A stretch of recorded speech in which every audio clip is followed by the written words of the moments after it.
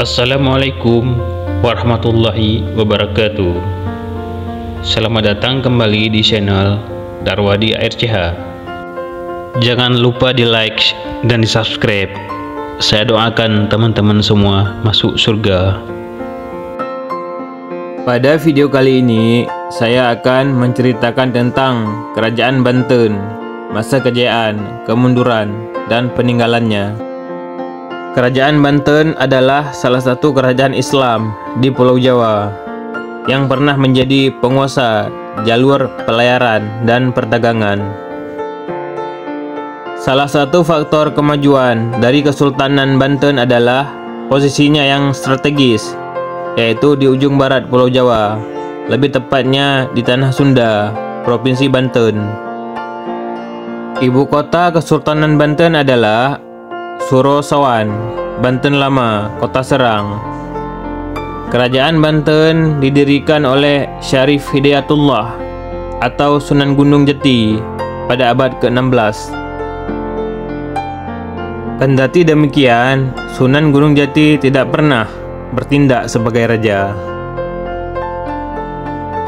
Raja pertama Kesultanan Banten adalah Sultan Maulana Hasanuddin yang berkuasa antara 1552 sampai dengan 1570 Masehi.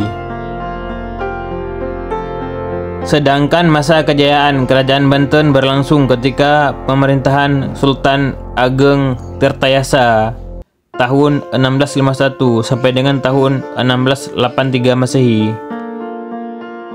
Sultan Ageng Tirtayasa berhasil memajukan kekuatan politik dan angkatan perang Banten untuk melawan VOC. Hal itu pula yang kemudian mendorong Belanda melakukan politik adu domba hingga menjadi salah satu penyebab runtuhnya Kerajaan Banten. Sebelum periode Islam, Banten adalah kota penting yang masih dalam kekuasaan Pajajaran. Pada awalnya, penguasa Pajajaran bermaksud menjalin kerjasama dengan Portugis untuk membantunya dalam menghadapi orang Islam di Jawa Tengah yang telah mengambil alih kekuasaan dari tangan raja-raja bawahan Majapahit.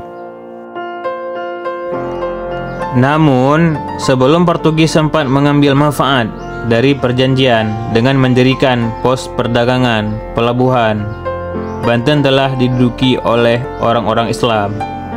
Sunan Gunung Jati berhasil menguasai Banten pada tahun 1525 sampai dengan tahun 1526 Masehi. Kedatangan Sunan Gunung Jati ke Banten adalah bagian dari misi Sultan Trenggono dari Kerajaan Demak untuk mengusir Portugis dari Nusantara. Setelah berhasil menguasai Banten, Sunan Gunung Jati segera mengambil alih pemerintahan, tetapi tidak mengangkat dirinya sebagai raja. Pada tahun 1552 Masehi, Sunan Gunung Jati kembali ke Cirebon dan menyerahkan Banten kepada putra keduanya, Sultan Maulana Hasanuddin. Sejak itu, Sultan Maulana Hasanuddin resmi diangkat sebagai raja pertama Kerajaan Banten. Perkembangan agama Islam dan kehidupan sosial Kerajaan Banten. Setelah menjadi raja, Sultan Maulana Hasanuddin melanjutkan cita-cita ayahnya untuk meluaskan pengaruh Islam di tanah Banten. Bahkan, Banten mempunyai peranan penting dalam penyebaran Islam di Nusantara, khususnya di wilayah Jawa Barat, Jakarta, Lampung, dan Sumatera Selatan. Menurut catatan sejarah Banten, Sultan yang berkuasa masih keturunan Nabi Muhammad SAW, sehingga agama Islam benar-benar menjadi pedoman rakyatnya. Meski ajaran Islam memengaruhi sebagian besar aspek kehidupan, masyarakatnya telah menjalankan praktik toleransi terhadap pemeluk agama lain. Terlebih lagi, banyak orang India, Arab, Cina, Melayu, dan Jawa yang menetap di Banten. Salah satu bukti toleransi beragama pada masa pemerintahan Kesultanan Banten adalah Dibangunnya sebuah kelenteng di Pelabuhan Banten pada tahun 1673 Masehi. Kehidupan sosial masyarakat Banten semakin makmur pada masa pemerintahan Sultan Ageng Tirtayasa, sebab Sultan sangat memperhatikan kesejahteraan rakyatnya. Salah satu caranya dengan menerapkan sistem perdagangan bebas. Kehidupan ekonomi masyarakat Banten. Sebelum menjadi kesultanan, Banten merupakan penghasil rempah-rempah lada yang menjadi komoditas perdagangan.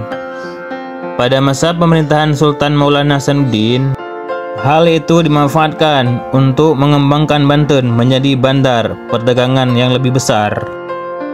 Setelah Sultan Maulana Yusuf berkuasa, menggantikan Maulana Hasanuddin, sektor pertanian juga dikembangkan untuk mendukung perekonomian rakyatnya.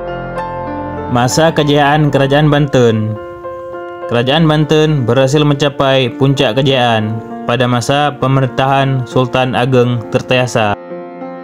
Beberapa hal yang dilakukan untuk memajukan Kesultanan Banten, diantaranya sebagai berikut. Memajukan wilayah perdagangan Banten hingga ke bagian selatan Pulau Sumatera dan Kalimantan. Banten dijadikan tempat perdagangan internasional yang mempertemukan pedagang lokal dengan pedagang Eropa.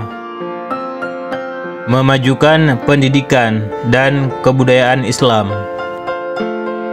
Melakukan modernisasi bangunan keraton dengan bantuan arsitektur Lucas Cerdà.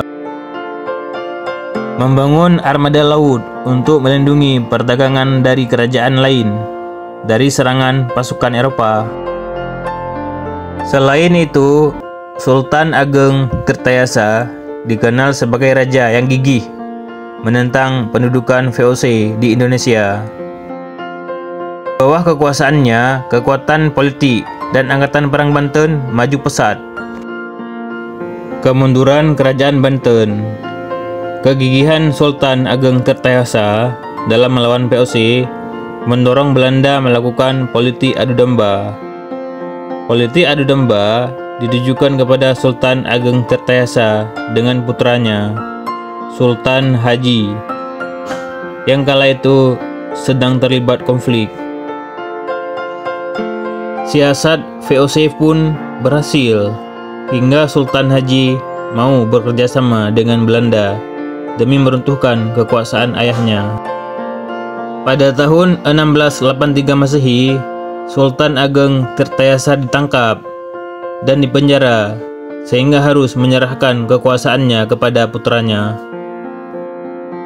Penangkapan Sultan Ageng Tirtayasa menjadi tanda berkibarnya kekuasaan VOC di Banten.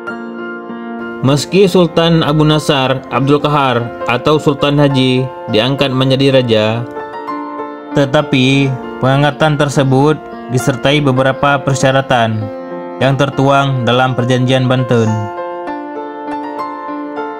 Sejak saat itu, Kesultanan Banten tidak lagi memiliki kedaulatan dan penderitaan rakyat semakin berat.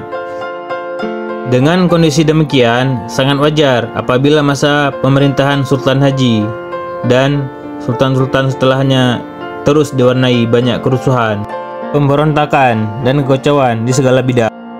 Perlawanan rakyat Banten terhadap VOC berlangsung hingga abad ke-19. Untuk mengatasi hal itu, pada tahun 1809, Gubernur Jenderal Didel menghapus Kesultanan Banten. Peninggalan Kerajaan Banten. Masjid Agung Banten. Masjid Kasunyatan. Benteng Keraton Surosowan. Masjid Pacinan. Benteng Spilwich. Demikianlah sejarah Kerajaan Banten. Apabila ada kesalahan dalam penginputan gambar, narasi, mohon maaf. Dan apabila ada yang lebih tahu, mohon tulis di kolom komentar.